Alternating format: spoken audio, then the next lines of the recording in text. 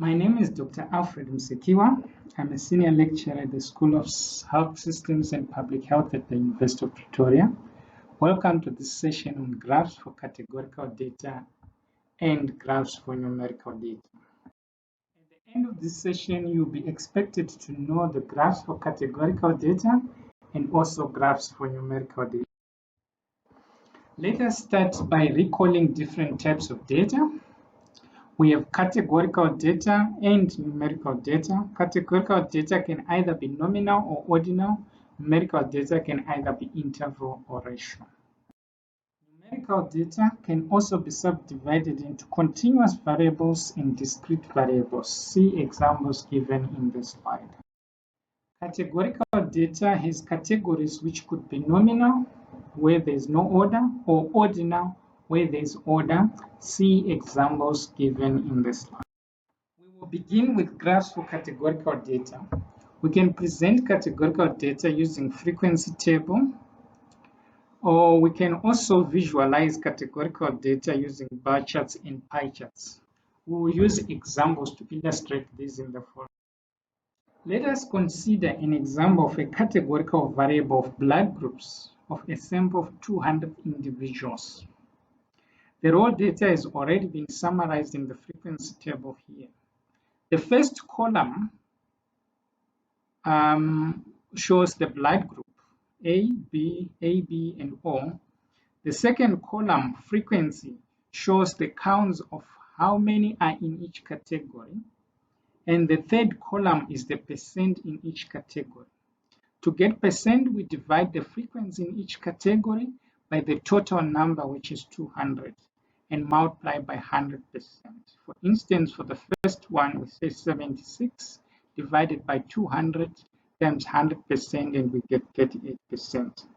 What do you notice about this data?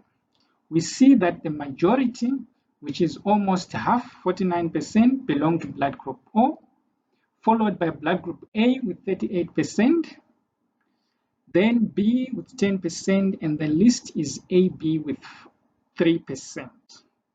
This information can also be displayed in a graph as shown in the following slide. In this bar chart, we can easily see that the majority of the participants have blood group O. The rest of the numbers are shown in the bar chart. Please note that there are also different variations of the bar chart. For instance, it can be horizontal, or it can be three-dimensional or circular columns, but the idea is the same. We can also use another graph called a pie chart as shown in the next slide. We can represent the same information using a pie chart. In this case, it is a 3D, but it can also be two-dimensional. There are also different variations. For instance, the pieces can be shown pulling out of the pie. Recently, you can also have a tube kind of a pie chart. However, the idea is the same, it's just how you like it. What do we see from the pie chart? We can see that the bigger pie is for blood group O, showing the majority. It is encouraged to indicate the total sample size. In this case, n is equals to 200 in a pie chart. Suppose you have a cross-tabulation of two categorical variables. Although not shown here, it is encouraged to show either row percent or column percent when presenting a cross-tabulation, as the absolute numbers are difficult to compare. We can represent this in a cross-tab as shown in this slide, or we can use a type of bar chart called a clustered bar chart as shown in the next slide. This is a clustered bar chart showing the information in the cross-tabulation in the previous table. Alternatively, we can visualize the same information using a stacked bar chart, where the bars are stacked or placed on top of the other, as shown in this slide. Other people would prefer to have the same height of the bars, but then showing the different percentages in different colors, as shown here in a 100% stacked bar chart. We will now move to presentation of numerical data. We can present numerical data using frequency tables, as in the categorical variables. We can also present numerical data using histograms, and also box and whisker plots. We will use examples to illustrate this in the following slides. Consider a sample of head circumferences in centimeters of 100 newborn babies. This is a continuous variable or a numerical variable. The raw data are given in the next slide. As you can see, this is a lot of numbers and we are not able to quickly see the range of values. Imagine if we had 1,000 babies, it would even be worse. So what do we do with this data? As we did with categorical data, we can also start with frequency table where we put the data in categories as shown in the next slide.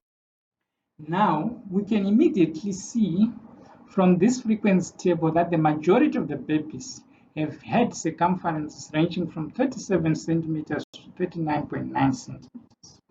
We can also see that the data is symmetrically distributed, but wait for a figure in the next slide. This figure, which looks like a bar chart, is called a histogram. The bars touch each other because we are dealing with a continuous variable where the categories are continuing from each other. In a bar chart, there was no need for the bars to touch because there was no continuity in the categories, e.g. blood group A, B, AB, and O. So this histogram tells us how the data are symmetrically distributed. We can also see that in a symmetrical distribution, the mean and the median are almost the same. However, when the data are skewed to the right, where the tail is, the mean and the median are different as shown in the next slide. When data are skewed to the right, which you call positive skew, the mean is more than the median. Why?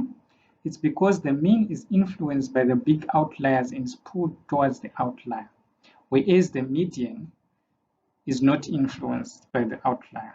On the other hand, when data skew to the left, mean is now less than the median, also because the outlying big negative values in this case pull the mean towards itself.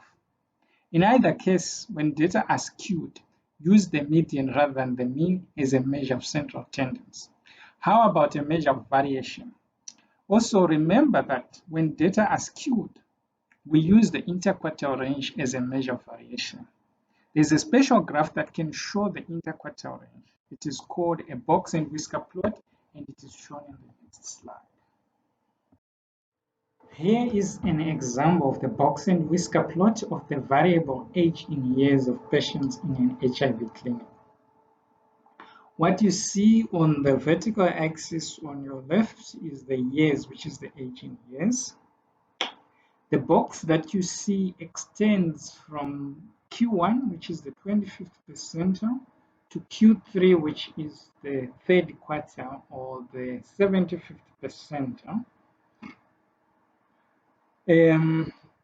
And therefore, from Q1 to Q3, the box includes the middle 50% of the observations, leaving 25% below and 25% above. The line in the box is the median, or Q2, which represents the 50th percentile. When data are skewed, this line is not in the middle of the box.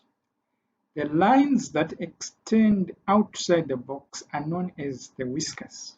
However, different statistical software have different formulas for calculating the length of these whiskers. But what we know is that what is outside the whiskers is an outlier, as shown by one star on top of the graph. Sometimes you might have more than one outlier. This box and whisker plot can be used to compare variables in between two groups, as shown in the next slide.